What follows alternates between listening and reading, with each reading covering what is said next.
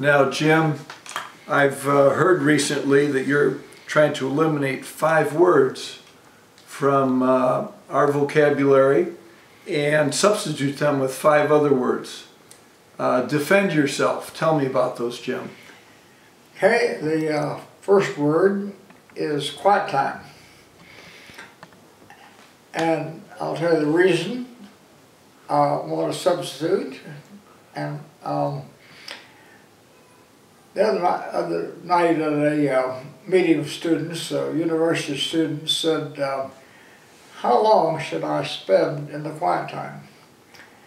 And I said, well, that's a good question, but it's out of sequence. Ask me first, what is the purpose of the quiet time? And then I will answer that. So she said, what is the purpose of the quiet time? I said, well, my understanding is to bring my spirit into the highest level of harmony possible with God's spirit. That's the purpose of it. Now, I said that may take 5 minutes. It may take 5 hours. So you can't set a time. You've got to set an objective in the quiet time. So I feel that about 99% of the value of the so-called quiet time is to do that. So I start out the quiet time by saying in Psalm 139, verses 24 and 25, you said, search me, O God, know my heart, try me and know my thoughts, see if there be any wicked way in me and lead me in the way everlasting. So in my Bible, there's white space under that last 2 verses, 139. So I've written down, what'd you find out? You've searched me, you've known me, what'd you find out? What have I done or not done that's grieved you? So 90% or 99% of the quiet time is getting things right. Restore time. I call it restore time. Psalm 23:4 says, He restores my soul.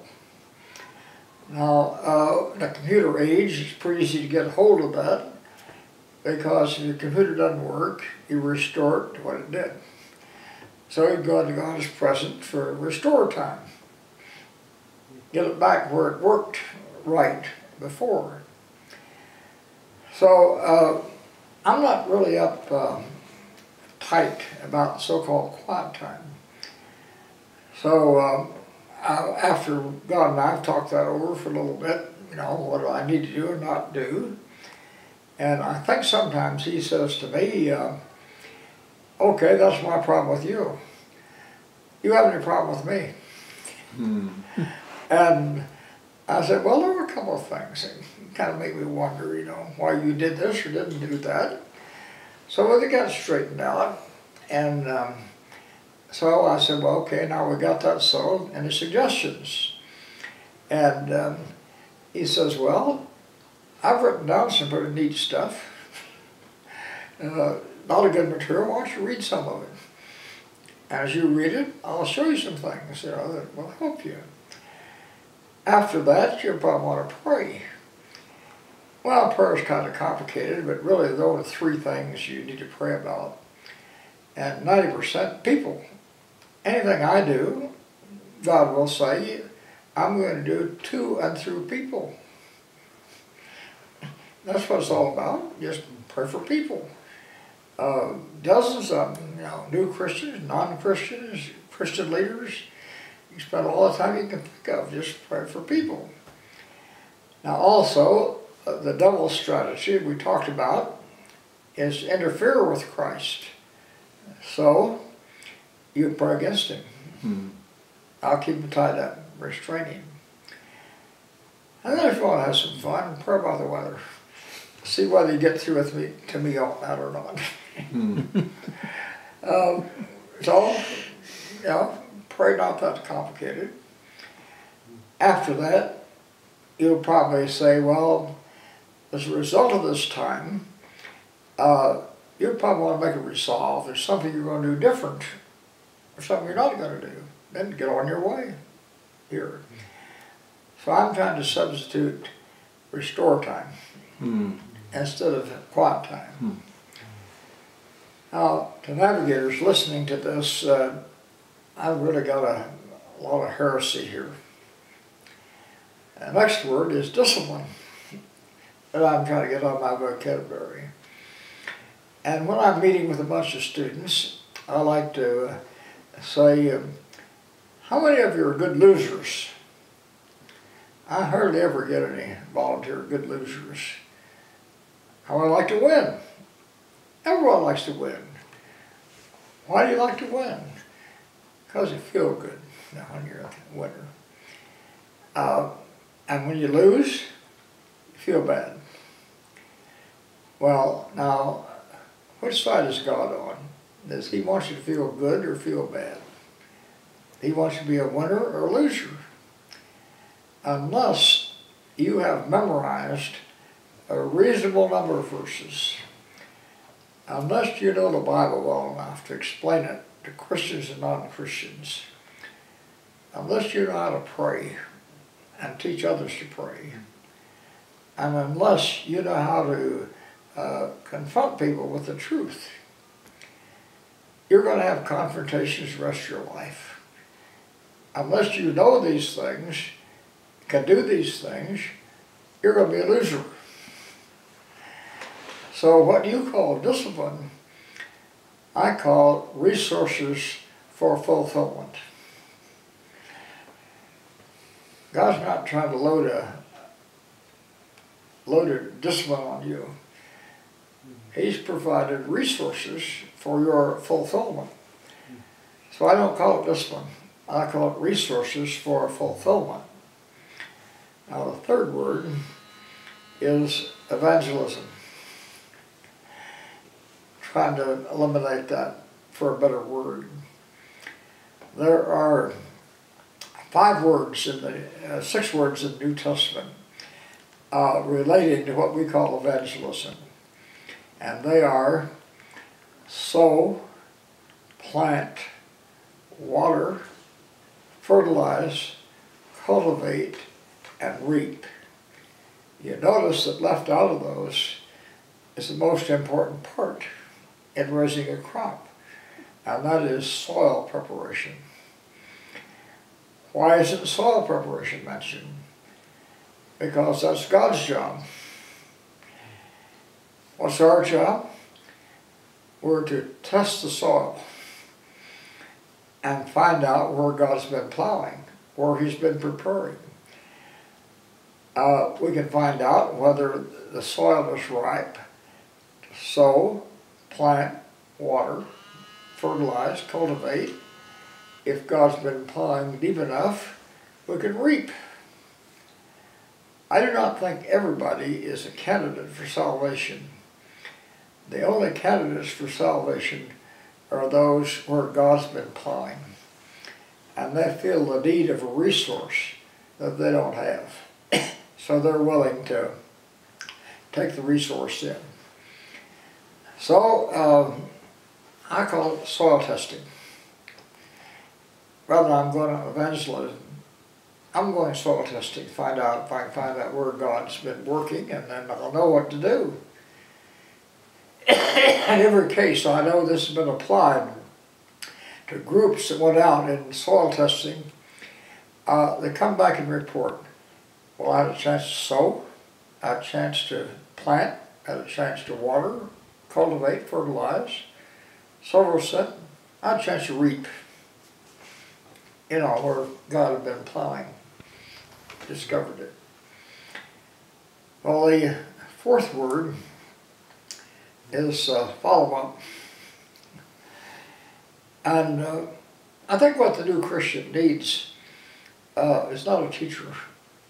They need a parent. So what we call a follow-up, I like to call parental care. They don't need instructors, they need parents. Now, all these are good. But I think it makes it much more meaningful if I'm going to provide parental care and nourishment to a new Christian. Then the fifth word is suffering. In Romans 8:26, he talks about the sufferings of this present world are not worthy to be compared to the glory that will be revealed. So what we call suffering, God calls glorification. I'm not a moviegoer, but several years ago when these movies by George Burns came out on God, I was urged to watch those. So one night I was crossing Atlantic, one of them was on, so I watched it. And there's some strokes of genius in the script in that. If you remember that George Burns, he was playing God, and the little girl was with him, and she kept asking questions. So one day she said, if you're God, and you have the compassion and the power you say you do, why do you prevent suffering?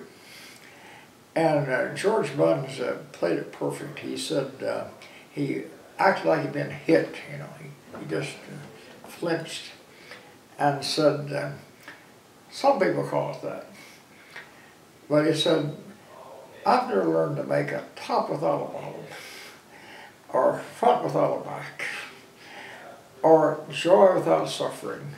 And he gave this whole bunch of couplings. There's two sides to everything. So what we see is the suffering side. What God sees is the glorification. As an elder lady helped me as a young Christian. And she told me about one day going on their lawn and saw this cocoon. She picked it up, said, I'm going to have me a butterfly. So she put it in her desk drawer. Every morning she'd take a look to see making any progress. And nothing happened for a while. But one morning she opened her drawer and there was that slimy hull in there. And it was so repulsive why she threw it away. Mm. Then she looked around the room on the windowsill, and here was this slimy creature that had come out of it, you know. So she went and got a ruler and had to bring down like the crushing. And once she brought pressure, the wings flew out and the dye began to flow. So she saw this struggling, ugly black creature turn into the beauty that only a butterfly has. And her observation was, it was in the struggle that the beauty came out. So that was always her thought about suffering, you know, well, it's not suffering, that's the way God activates the beauty. So I like to not use the word suffering, but it's glorification. When God looks at the other side, he sees the glorification. So I'm trying to substitute these 5 words, you know, instead of quiet time, restore time. And instead of discipline, it's resources for fulfillment. Instead of evangelism, soul testing. Instead of follow-up, parental care. Instead of suffering, it's glorification. Well, we've heard of Webster's New Dictionary, but this is the Jim Downing New Dictionary. Thank you, Jim.